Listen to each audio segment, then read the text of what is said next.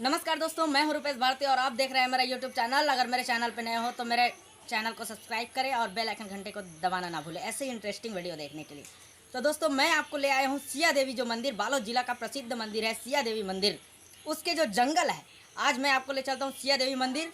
लेकिन आपको मंदिर लेके नहीं जाऊँगा, आज मैं आपको उसके जंगल दिखाऊँगा। जो हमारे बालोद जिला का प्रसिद्ध जंगल है सिया देवी मंदिर वाला, वो जंगल लेके जा रहा हूँ।